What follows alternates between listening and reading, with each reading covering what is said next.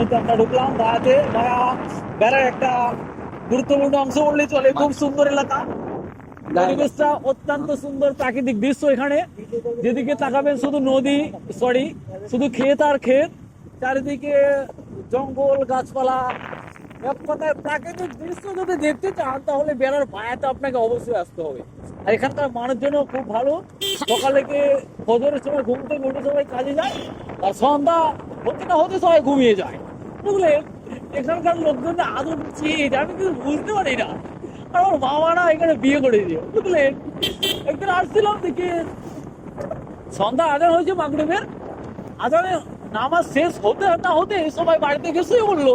এটা কোনো কথা হলো? আমি কোথাও দেখিনি বেড়াতে এরকম যে সন্ধ্যা বাড়ি শুয়ে পড়ে, কিন্তু বাইরের লোকজন সন্ধ্যা বাড়ি ঘুমিয়ে যায়। আর আমরা আজকে সেই বাইরের দিকে যাচ্ছি। বায়ার প্রেসিডেন্ট আছে বাক্সিদের বাসা মাথা ঘুরবো, তারপর ওই দিক দিয়ে সাথিয়াতে বের হয়ে যাবো। দেখা যাক কি হয়। আর ভালো কথা আছে, তুই পেছন থেকে নড়াচড়া করিস না, শোনা। এমনিতেই কিন্তু আমি রিস্কের মধ্যে আছি। ওভারলোড নিয়ে গাড়ি চালানো আইনত দণ্ডনীয় অপরাধ, কিন্তু সেগুলো তো আমরা মানি না। তারপরে আমরা যাচ্ছি, এই দেখুন বাড়তে না শুধু ভ্যান পাবেন আর ভ্যান, এদিকে ভ্যানের অভাব নেই।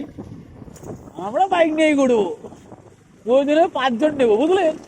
কিন্তু বাইক চালানো বেশ দেওয়া হবে না। শুক্রবার বলে কথা, জুমার দিন সবাই একটু আনন্দ উৎসব করবে, সঙ্গে আমরা তো আছি। তুই মাফ করে দিস মামা, তোর গাড়ি আছে খবর করে দিয়ে তুই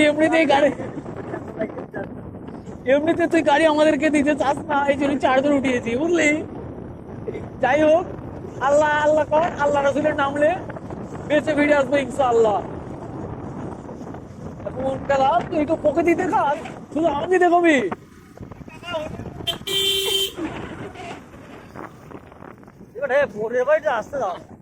ওরা গাড়িকে তুই চালাচ্ছিস না আমি চালাচ্ছি? কোনখানে কিভাবে যেতে হবে তুই কি আমার থেকে ভালো জানিস? ভাই আইসিস, খুব সাবধানে চালা। আসলে ভাই না, খুব সাবধানে চালাতে হবে। বাইরের লোকজন না অত্যন্ত সহজ সরল, দেখা যাবে রাস্তার মাঝখানে চলে আসবে, উল্টো আমি ফেসে যাবো। একটু সাবধানতা অবলম্বন করে গাড়ি চালাতে হবে। যাই হোক বন্ধুগণ, আসলাম ভাই, আসলাম ভাই, আর একজন সামনে আছে ভাই, আছে আর একজনে গুটে নেবো। আসলাম ভাইয়ের সাথে দেখা হয়েছিল। আসলাম ভাই না অত্যন্ত শ্বশুর বাড়ি জনপ্রিয় লোক একটি। তিনি শ্বশুর বাড়ি মিস করেন না, প্রত্যেকটা দিন শ্বশুর বাড়ি আসে। আর বিশেষ করে না এখানকার খাদ্য খানা সবকিছু সে চাষবাস দেখাশোনা করে, শ্বশুরের সয় সম্পত্তি। তো প্রতিদিন আসতে হয় তাকে। একটু আগে দেখা হলো আসলাম ভাইয়ের সাথে। আসলাম ভাই আমাদের সাথে একদিন ঘুরেছিল। আসলাম ভাই খুব রসিক মানুষ, বুঝলেন।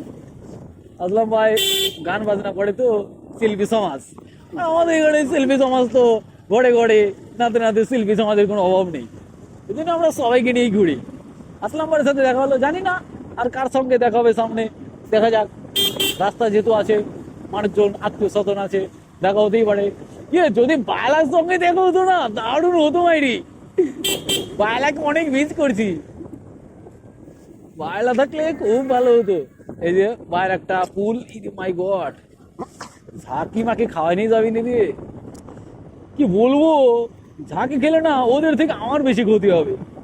কেন হবে সেটা আপনারা বুঝতেই পারছেন। আমি ড্রাইভ করছি, টাঙ্কিতে আমার সবকিছু ওয়েট ডিফেন্সে আছে, এই জন্য আমি খুব সাবধানে জানি।